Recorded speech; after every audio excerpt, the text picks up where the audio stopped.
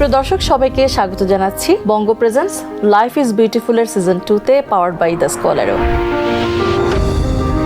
আমাদের কোম্পানিতে no বসিং culture. সবচেয়ে ভয়ঙ্কর যে জিনিসটা কর্পোরেট কালচারে, সেটা হচ্ছে কর্পোরেট পলিটিক্স ক্রিয়েট হয়। যিনি কর্পোরেট পলিটিক্সের শিকার হন, তার কাছে মনে হয় যে এটা আরো সহজ।